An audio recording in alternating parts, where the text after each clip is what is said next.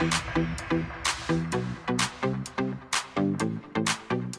guys! Welcome back to my YouTube channel. So for today's video, I will show you how to make a DIY ring light.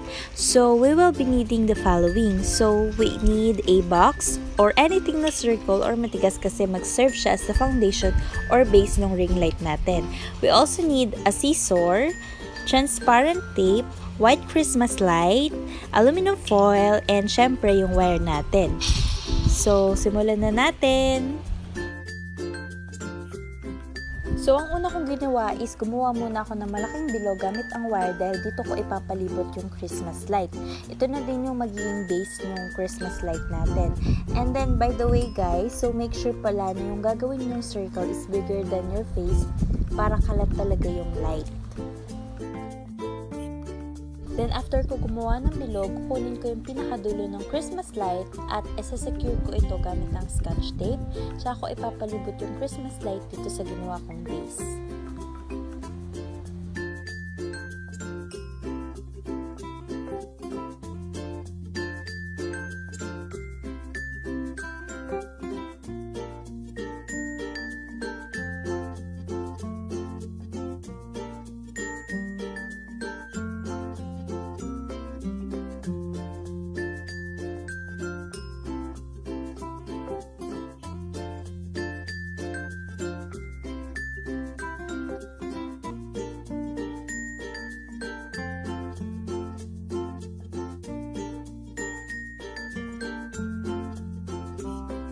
So, again guys, gagawa ulit tayo ng bilog dito sa box or yung kinuha nating karton, and then, again, make sure na yung gagawin yung circle is bigger than your face para kalat talaga yung light.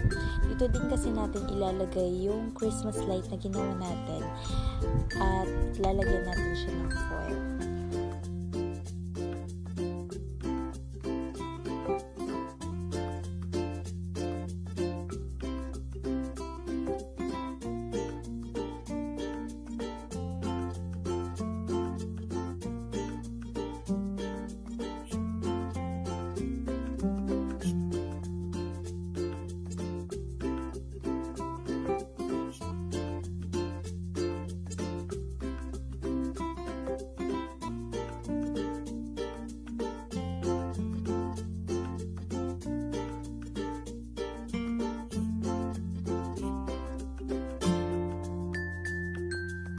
So, okay na. After nyan is babalutin na lang natin siya ng aluminum foil. Ang purpose nito ay para mag-reflect yung ilaw natin.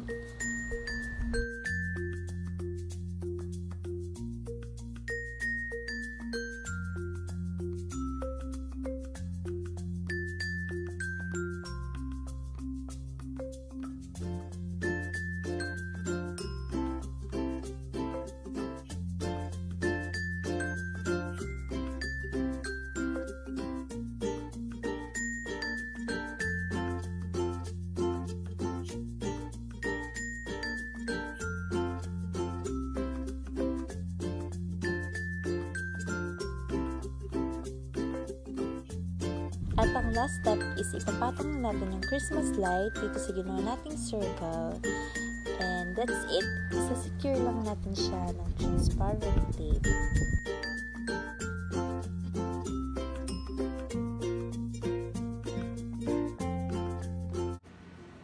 So, ayun lang guys. It's very easy. And before I end my video, gusto ko lang ipakita sa inyo kung anong difference ng may ring light, DIY ring light, at nung natural lighting. So, ito yung may DIY ring light. Kita nyo naman yung effect. Ayan o, ang ganda ng effect niya. Para tayong nag-glow, guys. So, nakakatawa. Bukod sa mura na, ang dali niya lang gawin. So, ayan o, ang ganda ng effect niya. Yun lang guys, I hope you like this video. I hope na nakatulong ito sa inyo. And don't forget to like and subscribe to my YouTube channel. See you at my next video. Bye!